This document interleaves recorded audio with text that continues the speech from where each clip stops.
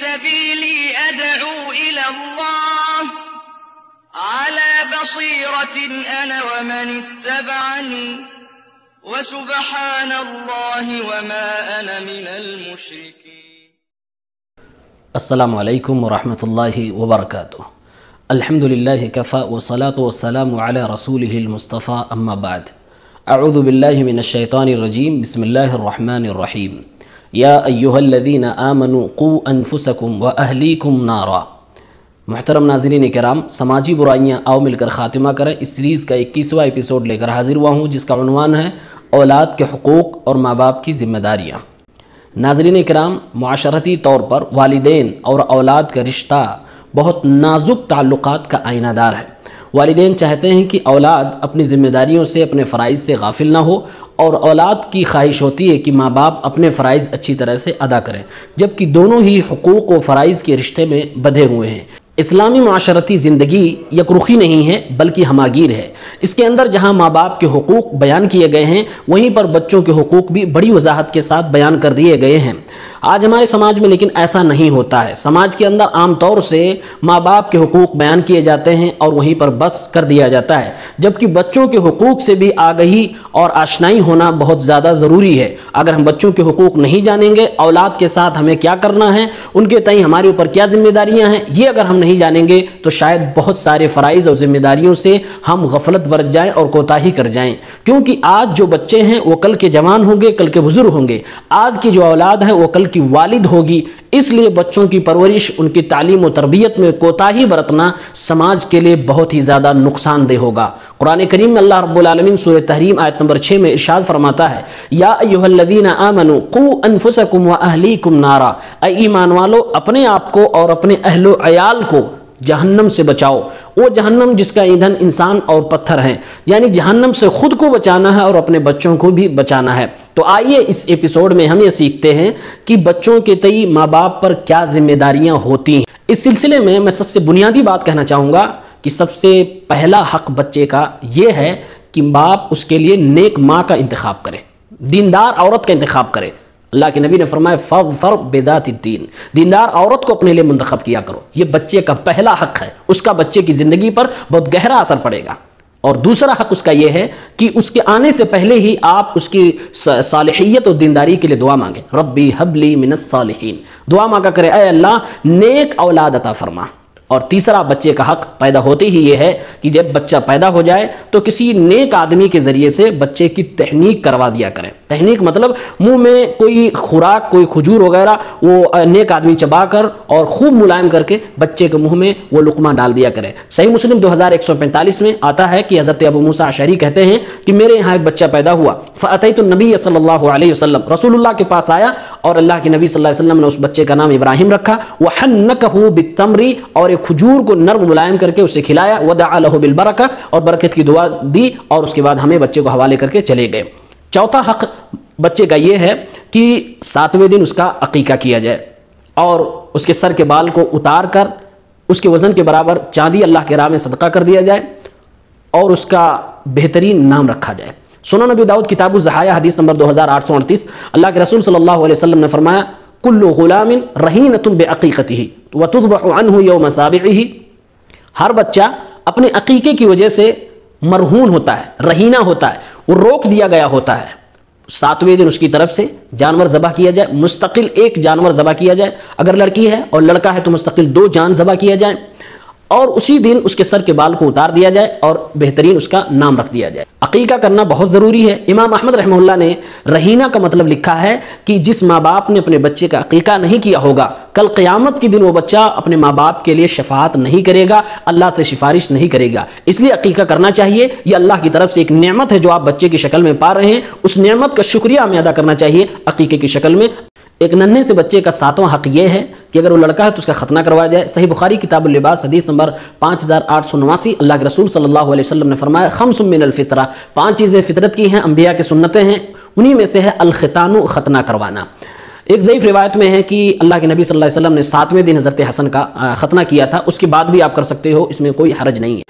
بچے کا 8واں حق یہ ہے کہ بچہ اگر بیمار ہو جائے تو جہاں آپ دوا کا استعمال کرتے ہیں وہیں پر آپ بچے کے لیے دعا کا بھی استعمال کریں، دم بھی کیا کریں۔ یہ باپ کی ذمہ داری ہے، ماں کی ذمہ داری ہے کہ بچوں کو دم سے محروم نہ کیا کریں، کیونکہ بہت ساری بیماریوں سے آپ کو نجات مل جائے گی، بچوں کی پریشانیوں سے آپ کو فرصت مل جائے گی۔ اللہ کے نبی صلی اللہ علیہ وسلم حضرت حسن حسین کو دم کیا کرتے تھے۔ الفاظ اعوذکم بکلمات اللہ التامہ من کل شیطان وہامہ ومن کل عین لامہ۔ یہ دم اللہ کے نبی کو حضرت جبرائیل نے سکھایا تھا، اور یہ دم حضرت ابراہیم علیہ السلام، حضرت اسماعیل، حضرت اسحاق کو کیا کرتے تھے۔ تو ہمیں اپنے بچوں کو دم بھی کرنا چاہیے، ان کا حق ہے۔ نواں حق بچے کا یہ ہے کہ بچے کی کامیابی و کامرانی کے لیے زندگی کے مراحل آسانی سے طے ہو جائے، اس کے لیے ماں باپ کو اللہ کے سامنے دست دراز کرنا چاہیے، دعا بھی مانگنی چاہیے۔ ماں باپ کی دعائیں بچوں کے حق میں بہت تیزی کے ساتھ لگتی ہیں۔ آپ دیکھیے اللہ کے نبی صلی اللہ علیہ وسلم نے دعا کیا عبداللہ ابن عباس رضی اللہ عنہما کے لیے، اللہم علمہ التاویل وفقہہ فی الدین، اے اللہ اسے قرآن کا علم عطا فرما، اے اللہ اسے دین کی سمجھ عطا فرما۔ نبی کی دعا کی یہ تاثیر تھی، گارجین کی دعا کی یہ تاثیر تھی کہ 15 سال کا بچہ فتویٰ دیتا اور 65 سال کے لوگ اس کے فتوے کو غور سے سنا کرتے تھے۔ تو ماں باپ کو بچوں کے لیے دعائیں بھی کرنا چاہیے، اس سے بچوں کو محروم نہ کیا کریں۔ 10واں حق بچے کا یہ ہے کہ آپ اس کے ساتھ حسن سلوک سے پیش آئیں، اسے غلط ناموں سے نہ پکاریں، اس کے ساتھ پیار محبت کا معاملہ رکھیں، موقع ملے تو اسے بوسہ بھی دیا کریں۔ یہ نبی کی سنت ہے اور یہ آپ کے اندر رحم دلی ہے، اس کی علامت بھی ہے۔ بچوں کے اوپر شفقت کیا کریں۔ اللہ کے نبی صلی اللہ علیہ وسلم نے فرمایا، سنن ابی داؤد کتاب الادب حدیث نمبر 4943، من لم يرحم صغیرنا ويعرف حق کبیرنا فلیس منا، جو بچوں پہ شفقت نہ کرے، رحم نہ کرے اور بڑوں کے حقوق کا لحاظ نہ کرے، وہ مسلمانوں کے طریقے پر نہیں ہے، وہ ہمارے طرز پر نہیں ہے۔ تو یہ بچوں کے بچپن میں بنیادی جو حقوق تھے میں نے 10 پوائنٹ آؤٹ کیے ہیں۔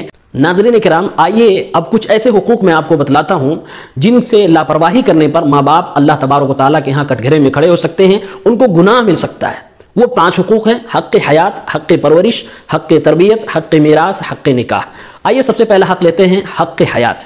ایک بچے کا بنیادی حق ہے کہ وہ دنیا میں آیا ہے تو وہ زندہ رہے۔ ماں باپ کو اسے مارنے کا کوئی حق نہیں پہنچتا ہے، چاہے معاشی تنگی کا بہانہ ہو، مذہبی عقیدہ ہو یا قبائلی عصبیت ہو۔ ہر طرح کے بچوں کے قتل سے اسلام نے ممنوع قرار دیا ہے اور منع کر دیا ہے، حرام قرار دیا ہے۔ سورہ بنی اسرائیل آیت نمبر 31 اللہ تعالیٰ نے فرمایا، وَلَا تَقْتُلُوا أَوْلَادَكُمْ خَشْيَةَ إِمْلَاقٍ نَحْنُ نَرْزُقُهُمْ وَإِيَّاكُمْ إِنَّ قَتْلَهُمْ كَانَ خِطْئًا كَبِيرًا، کہ بچوں کو مفلسی کے ڈر سے مار نہ ڈالا کرو، قتل نہ کر دیا کرو، یقیناً ہم تمہیں بھی روزی دیتے ہیں اور ان آنے والے بچوں کو بھی ہم ہی روزی دیں گے۔ ان کا قتل کرنا، ان کو مار ڈالنا بہت بڑا گناہ ہے، کبیرہ گناہ ہے۔ آج معاشرے میں دیکھیے بڑے حسین الفاظ میں فیملی پلاننگ، عورت کی خوبصورتی، بچوں کی بہترین تعلیم و تربیت، یہ سب بہانے بنا کر بچوں کا قتل کیا جا رہا ہے بہت بڑے پیمانے پر۔ اسلام اس کی اجازت نہیں دیتا، اسلام کے اندر یہ چیز حرام ہے۔ بچے کا دوسرا آئینی اور بنیادی حق یہ ہے کہ اس کی پرورش کی جائے، پرورش میں لاپرواہی نہ برتی جائے اگر اس کو معاشرے کا اچھا فرد بنانا ہے تو۔ اور پرورش میں کھانا، کپڑا، گھر، یہ 3 چیزیں بنیادی ہوتی ہیں۔ تو باپ کے اوپر ذمہ داری ہے اپنے اس بچے کے لیے بہترین مناسب کپڑا، مناسب کھانا اور مناسب گھر کا، ماحول کا انتظام کرے۔ صحیح مسلم کتاب الامارہ حدیث نمبر 1829، والرجل راع على اهل بيته وهو مسؤول عنهم والمرأة راعية على بيت بعلها وولده وهي مسؤولة عنهم الا فكلكم راع وكلكم مسؤول عن رعيته، کہ ایک شخص اپنے پورے گھر کا ذمہ دار ہے، کل اس سے اس کی ذمہ داری کے بارے میں پوچھا جائے گا۔ ایک عورت اپنے شوہر کے گھر کے بارے میں ذمہ دار ہے، اس کے بچوں کے بارے میں ذمہ دار ہے، اس سے کل قیامت کے دن اس کی ذمہ داری کے تعلق سے پوچھا جائے گا۔ ہر شخص ذمہ دار ہے، لہٰذا متنبہ ہو جائے، اپنی ذمہ داری کو ادا کیا کریں۔ بچے کا تیسرا بنیادی حق یہ ہے کہ اس کی تربیت نرالے اور بہترین انداز میں کی جائے۔ عام طور سے کھانا، کپڑا اور گھر یہ دنیا کے تمام انسان کرتے ہیں، چاہے سماج کے ڈر سے یا مجبوراً یا محبت میں، لیکن لگ بھگ ساری انسانیت یہ کام کر رہی ہے۔ لیکن تربیت کے معاملے میں آج لاپرواہی بہت زیادہ برتی جا رہی ہے۔ تربیت میں 2 چیزیں بنیادی ہیں، ایک تعلیم اور ایک آداب زندگی۔ اسلام ان دونوں چیزوں پر بڑی زبردست، بڑی شدت سے تاکید کرتا ہے۔ تعلیم تو ہر انسان کا بنیادی حق ہے۔ اسلام میں کہا گیا طلب العلم فریضۃ علی کل مسلم، سنن ابن ماجہ مقدمہ 224۔ اللہ کے نبی نے فرمایا علم کا طلب کرنا، حاصل کرنا ہر مسلمان پر فرض ہے، کم از کم اتنا جتنا آپ کی زندگی میں آپ کو کام آئے گا۔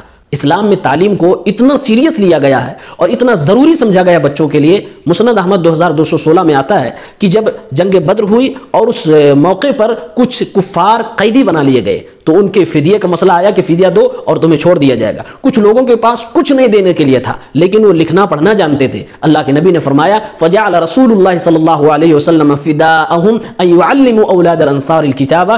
ان کو اس بدلے میں چھوڑ دیا جائے گا کہ وہ انصار کے بچوں کو پڑھنا لکھنا سکھا دیا کرے. تو بچوں کی پڑھائی، ان کی تعلیم پر ماں باپ کو خرچ کرنا چاہیے اور اس پہ پیسے لگانا چاہیے. اس میں کسی قسم کی کنجوسی نہیں کرنی چاہیے. یہ بچے کا بنیادی حق ہے. اگر آپ نہیں پڑھاتے ہو تو آپ بچے کا بہت بڑا حق چھین رہے ہو. کل قیامت کے دن آپ کو حساب دینا ہوگا. دوسری بنیادی چیز جو تربیت میں آتی ہے وہ آداب زندگی ہے. بچوں کو یہ سکھایا جائے کیسے کھانا ہے، پینا ہے، چلنا اٹھنا ہے، بیٹھنا ہے، کیسے بات کرنی ہے. یہ سارے آداب، زندگی کے جینے کا طریقہ، اسلام اس کے بارے میں کیا کہتا ہے، یہ بچوں کو سکھایا جائے. یہ تربیت کا اہم پہلو ہے. آج ہماری معاشرے کے لوگوں کو دیکھیے، یہ جدید تہذیب آبزرو کر رہے ہیں، جدید تہذیب اور سبھیتا اپنے اندر داخل کر رہے ہیں. اس کی وجہ یہ فلمیں، ڈرامے اور موویز، یہ سیریلز، ان چیزوں کے ذریعے سے وہ جینے کا طریقہ سیکھ رہے ہیں. وجہ یہ ہے کہ ہمارے ماں باپ نے، آج کے والدین نے اتنی لاپرواہی برتی ہے تربیت کے معاملے میں کہ اپنے بچے کو کبھی کھانے کا طریقہ، پہننے کا طریقہ، اٹھنے کا طریقہ، زندگی جینے کا طریقہ اسلام کیا بتلا رہا ہے یہ بتایا ہی نہیں. ہم نے پڑھایا ہی نہیں ہے، سکھایا ہی نہیں ہے. یہ جان لیجئے ایک بچہ مٹی کا گھرودہ ہوتا ہے. باپ اور ماں جس سانچے میں اس کو ڈھالنا چاہیں گے وہ ڈھل جائے گا. حتیٰ کہ دین کے معاملے میں بھی اس بچے کے اوپر اثر پڑتا ہے. اسی لیے صحیح بخاری کتاب الجنائز حدیث نمبر 1385 اللہ کے نبی صلی اللہ علیہ وسلم نے فرمایا کل مولود یولد علی الفطرہ فابواہ یہودانہ او ینصرانہ او یمجسانہ. ہر بچہ فطرت اسلام پر پیدا ہوتا ہے. اس کے ماں باپ اسے یہودی بنا دیتے ہیں، نصرانی بنا دیتے ہیں، عیسائی بنا دیتے ہیں، مجوسی بنا دیتے ہیں. تو ماں باپ کے دین کا، ماں باپ کے کردار کا، ماں باپ کی زندگی کا بچوں کے اوپر بہت زیادہ اثر پڑتا ہے. اس لیے ماں باپ کے اوپر ذمہ داری ہے کہ اپنے بچوں کو زندگی جینے کا اسلامی طریقہ سکھائے. یہ بچے کا بنیادی حق ہے. یہ حق آپ نہ چھینیں. آج کے دور میں یہ حق بہت تیزی سے چھینا جا رہا ہے. اس لیے آج کی تہذیب میں بچے بے ادب، بدلحاظ اور آزاد لاپرواہ قسم کے پیدا ہو رہے ہیں، لاپرواہ بنتے چلے جا رہے ہیں. اور اگر آپ اسلامی تربیت اپنے بچوں کو دیں گے تو ایک ذمہ دار شہری بنے گا، وہ دوسروں کا خیر خواہ بنے گا، وہ منظم ہوگا، اس کے اندر کسی قسم کی بے ادبی نہیں ہوگی. تو میں گزارش کروں گا کہ اسلامی تربیت سے اپنے بچوں کو آپ محروم نہ کیجیے. وہ بنیادی حق ہے، وہ حق آپ دیجیے. اس کے لیے آپ کو پیسے خرچ کرنے پڑیں، وقت لگانے پڑیں، آپ وہ سب لگائیے کیونکہ بچے کا بنیادی حق ہے. چوتھا بنیادی اور آئینی حق حق میراث ہے. اسلام نے اولاد کو باپ کی جائیداد میں شریک بنایا ہے، بلکہ حصہ متعین کر دیا ہے تاکہ کوئی ان بچوں پر ظلم نہ کر سکے، ان کے حقوق کو تلف نہ کر سکے. اللہ نے کہا سورہ نساء کے اندر یوصیکم اللہ فی اولادکم. اللہ تعالیٰ تمہیں تمہاری اولاد کے بارے میں وصیت کرتا ہے. پورے وراثت کے مسئلے کو پھر اللہ نے بیان کیا کہ اگر بیٹی کو 1 تو بیٹے کو 2 دینا پڑے گا. بچوں کو آپ میراث سے محروم نہیں کر سکتے ہو. اسلام نے آپ کو یہ پاور دیا ہی نہیں ہے کہ چاہو تو دو، چاہو تو نہ دو. یہ بچے کا بنیادی حق ہے جو اسلام عطا کر رہا ہے. اللہ تعالیٰ نے قرآن کے اندر کھول کھول کر بیان کر دیا.